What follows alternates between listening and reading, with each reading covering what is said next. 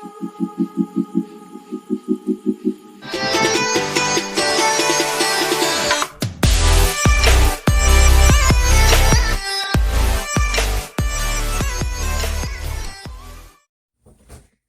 guys, welcome to my channel. It's Sarah Upside Down here.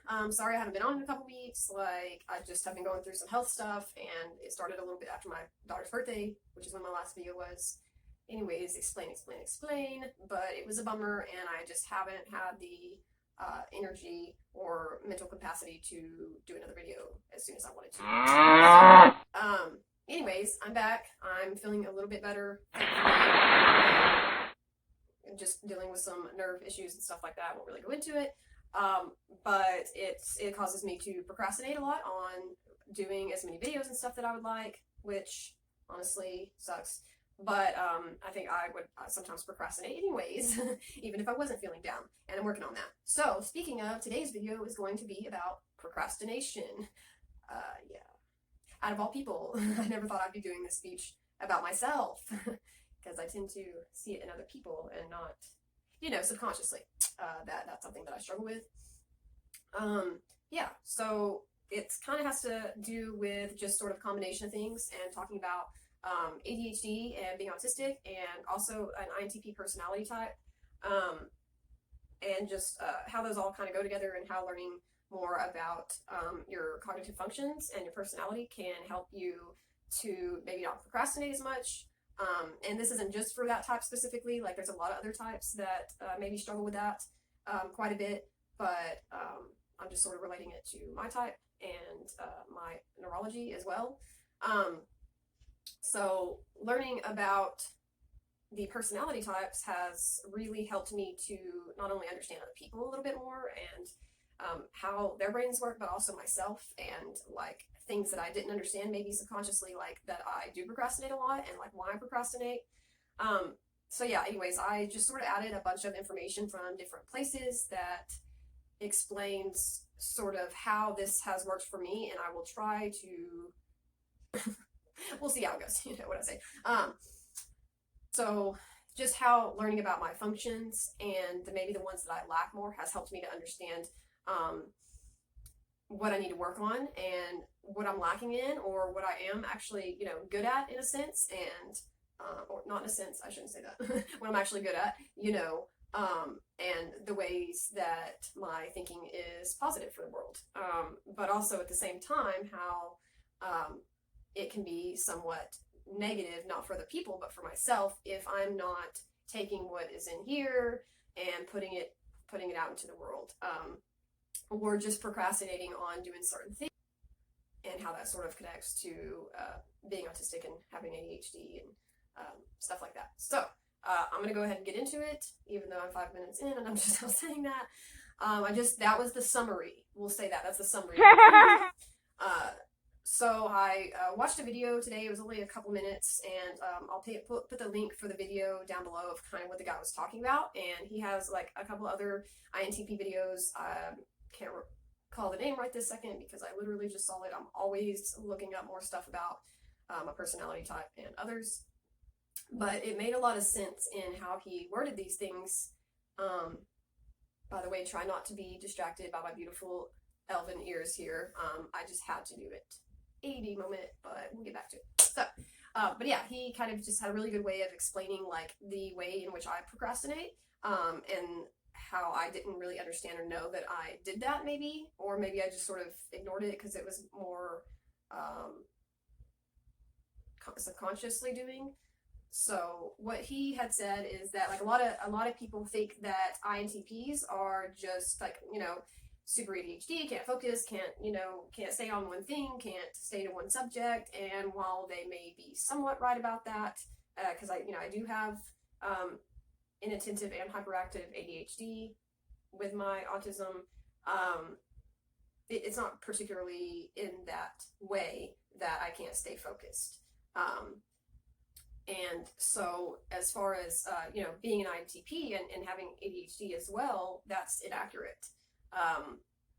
Because I can be super focused, I can be hyper focused, I can focus on certain subjects, I can focus when it comes to the autism side of things. I have really extreme, intense special interests that probably get on people's nerves when I talk about so much. and I can research that till the end of time. It's making it an actual product of some sort to be of use, and pushing for that I'm working on, which is why I do videos. So, woo! Yeah. So that's just not right. And what he had put is that the actual process of learning and process of experimenting with the knowledge is what the INTPs gain. They like to try their new ideas out in the real world to see how they work and work out. They are easily adaptable. When they learn a new thing, they go into how practically they can implement that and what they can do. Things they learn tend to be so abstract and complex that it's so out there, it's really hard to try to do those things.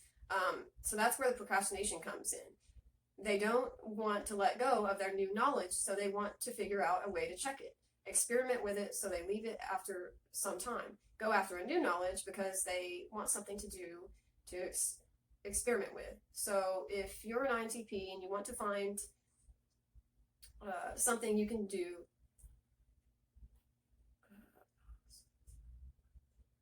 you can go out and quickly experiment with, get it, experiment with it, get it done, post it, and await the feedback. See what people say, then you will do it again, knowing what to improve or change. INTPs love the process of learning, so get it out in the real world and see what comes of it. I sort of just like summarized some of what he said, but it really hit on a lot of the ways that I procrastinate. If you got any of that, I was honestly having a hard time reading my own handwriting. Yeah. But yes, that really made a lot of sense as to how I procrastinate and how I'm not really being productive in a lot of things. Okay, I'll just give an example.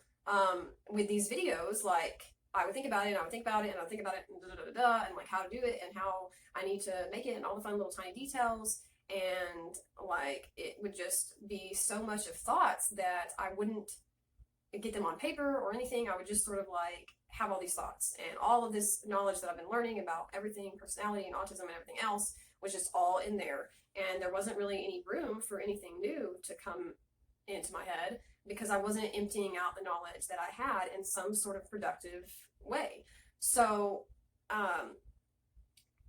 so now doing the videos, even though I'm not doing it weekly like I would like to, it's probably going to be every 2 weeks, just because, you know, I need a little bit more time. And hopefully once my health is going up a little better, I can get back to doing weekly videos. But by putting a little bit of my ideas out on paper, just sort of summarizing some sort of idea I got from somewhere else and having that put down to get me started, and then actually doing it and then putting the video out there, it's like bam, bam, bam. And like, there we go. Like I got it started, like this is emptying out, and I have a hard time getting more information in. We'll be researching and analyzing all of this information, all this data on the personality types and how it's connected and how, you know, like personality typing, like, you know, everybody on TV, and just like it's obsessive. And then I'm just like stuck in this loop. And I know there's like technically like a cognitive loops that you can get stuck in. I'm not even going to try to say the letters like just yet because I might know it in my head, but I'm not at that level of personality types, like jargon and stuff. At least to be on camera for that. So that's just a little piece of like some information and tips on procrastination, and just how I need to go about doing it is just get it done, have it on paper in some sort of way. Like obviously I can't even read my own writing, but it's, you know, it's there. I got the idea out. I'm gonna make a video out of it. I can see what people think of that or whatever. That's why feedback is always nice. It's not like I'm trying to like feed my ego. I'm just needing to know what I need to change, what I need to correct, and that's really important for me to keep on producing more content that is helpful, whether the amount is 5 or 100, you know. So yeah, that's a little bit of my INTP-ness, and I'm gonna go rewind back to the ADHD and autism, and how this kind of correlates with the procrastination as well. And by the way, I didn't plan most of this information out, so I hope it's making sense. It's just all in there. We will see where it leads. I don't know, I'm always rhyming. But, yes, speaking of ADHD. So with that, yeah, if you think that you're going to be productive, make sure that you're going to go make a video or do something that you actually need to use your phone for, that you're saying out loud, like, you're making a video, because once you get on there, there's a whole world on the phone, and there's so many different things, and there's so many different distractions. I mean, even distractions from people that we probably need to be socializing with or whatever. But I have to say these things out loud because I'm such an introverted thinker. That is the top of my stack. I'm like, it's in there. I just, come on, yeah. Is to just think. And once I pull in this information that's on my phone, all these different apps or whatever, I just go back into my head and I'm just thinking about all this stuff. I'm not taking my thoughts and saying out loud, no, don't do it. Don't go into the other 5 apps. You just need to make a video. Just click on the video app so you can edit your video and then hyper focus on that for a good hour or two, just for a 5-second intro that's going to be cool, okay? Seriously. But and then it's tapping back into the autism side of things. I need structure. I need some sort of structure. I need some sort of routine in how to do things. But with having ADHD, I don't need to be too structured, and I don't need to suffocate. And then being an INTP, I like to have free reign a little bit. I like to be able to explore. That's my second function. Okay, don't quote me on that. I'm kind of losing the order. Whatever. But it's a function that I have, is that exploring. And so the need to explore and the need to have sort of autonomy is somewhat coming from, or the ADHD, I feel like, is somewhat coming from that. It's just a more extreme, really extreme version of that. For my organization and need to be, organized, and for things outside of me to be organized, probably my thoughts to be organized, my lesser function, SI, is needing that. And so learning about that function, it's something that I somewhat do naturally. I feel like I watched someone do that whenever I was growing up, and it really helped me to have higher introverted sensing. But at the same time, it's still one of my lower functions. And so it's like this battle almost with my autism and ADHD. And I'm just trying to figure out through my cognitive functions how to balance those. I have no idea if this makes any sense. But having the structure while having the freedom, because in order for me to function, I need to be able to combine those together and for them to work together on that. Okay, yes. So, and there's this whole thing the INTJs and the ISTJs are more likely to be the ones with Asperger's or, autism, what have you, whatever. And while part of that may be somewhat true, INTPs and ENFPs and ENTPs as well, because all autistics kind of are different, can also have, the ADHD and autism. And it's just really, just nurture and nature too. I'm not going to talk about too deep into that. But yeah, so back to the ADHD and autism. I'm rampage, whatever. And how that connects to my functions is that by learning my functions, my specific functions, whether they were in a different order or whatever, whether I'm growing in one, those are my main functions. And some of them, which I don't really have at all, or they're completely in the shadow, I'm trying to work on learning about those and what parts of those can help as well. This isn't a cure for my ADHD or, to change being autistic or anything, of course. It's just learning how my brain works and how I can grow in something that I don't use as much. And for me, that's using my lesser functions to be more productive, like not letting my ADHD go out of control with like 15,000 different ideas and not being productive. Yeah, that could definitely look more like an ENTP, but I've come to the conclusion that is not right. But because I do stay really focused on certain things that I am researching and everything that sort of surrounds that. You know, it doesn't completely go off the page, maybe with some of my like career choices and stuff, but like, for instance, learning about autism, learning about ADHD, learning Mbti, learning enneagram, that all has to do with like neurology and cognitive functions and neuroscience, the whole area that circulates that. And you know, moving into some of philosophy and learning more about psychology. And a lot of people think that you know, INTPs are just this specific type, you know, that autistics are this specific type of autistic.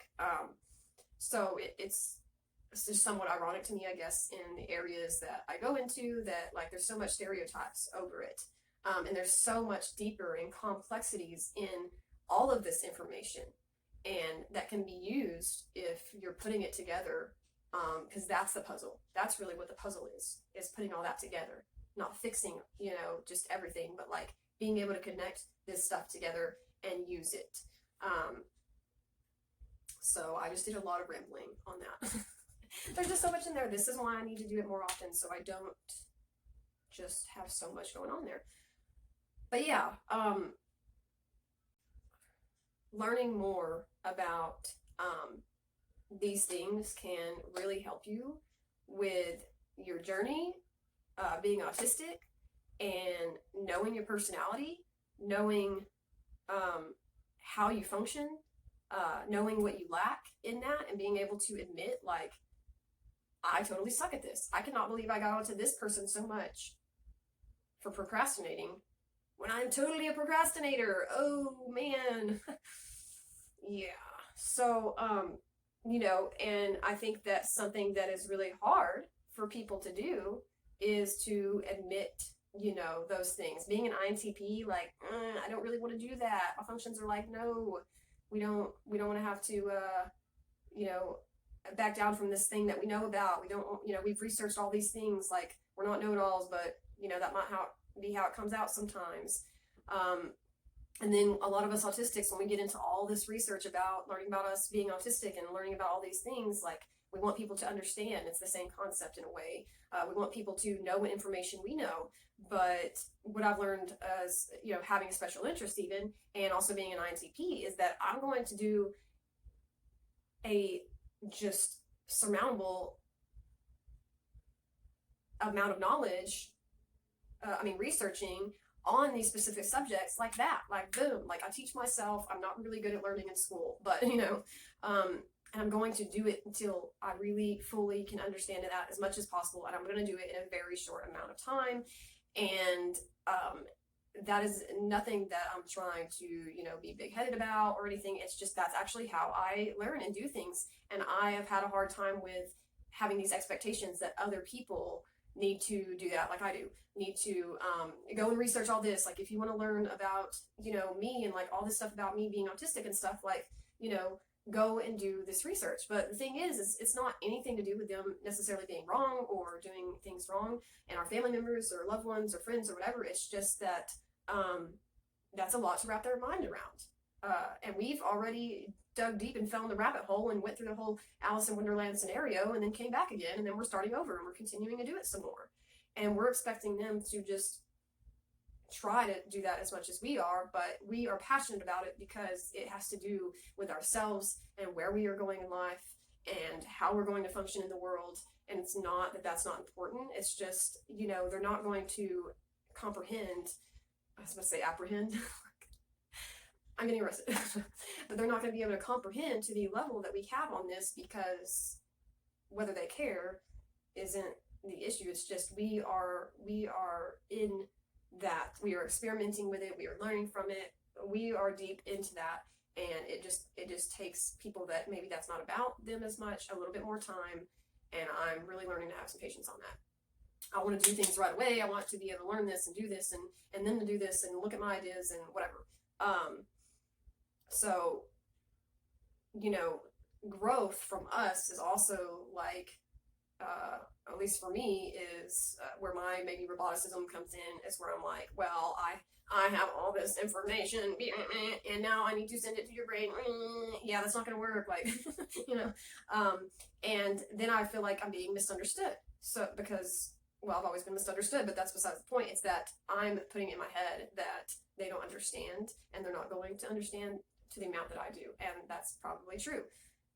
But I need to grow in order to see their side. I mean, I can admit to being one of the most like understanding of people person that I know, and being able to put myself in their shoes to where I actually feel everything almost that they're going through. But at the same time, when it's conflicted with maybe, you know, the feelings that I have, or not knowing what they are necessarily, which is why, even though I may feel like a lot in ways, it's at the bottom of my stack, and it just, when it does come out, it doesn't necessarily come out right, and I can't always have that theory of mind, then it's like that empathy shuts down whatever they're saying if my brain's not necessarily agreeing with it because of the information that I have, and I'm, well, lacking a lot of patience in that, I realize, and I'm getting obsessive over these things, which is totally okay, but I'm learning to have this patience and care for the other people in the situations, as far as them even learning about themselves, and you know, me talking to them about, you know, some of their personality stuff, and just giving them time to process that,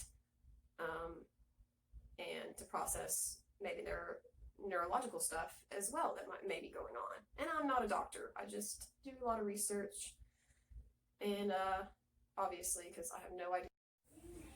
Got cut off for a second there, had to switch to my ear headphones, but thanks for coming to my channel today at Sarah Upside Down. Hope you enjoyed it and got something that will inspire you to learn, you know, more about your functions, more about yourself as an autistic or ADHD, and some of the things that can help you to be more productive and not to procrastinate so much. And I actually sat at my husband's desk today so that I could show off my side of the room a little bit, because I always see people in their YouTubes with like all their little stuff in the background that I'm always checking out, like all the things in the background. And so this is kind of my little workshop here going on, and got my my little coloring pages that I have done. No, I did not draw those. I mean, I possibly could, but no, I don't know.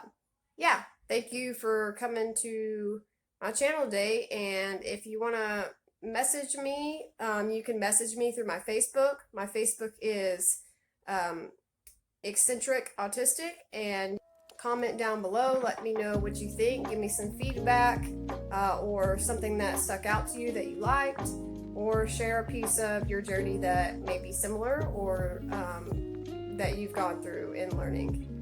I will see y'all hopefully next week or the week after that. Have a Merry Christmas!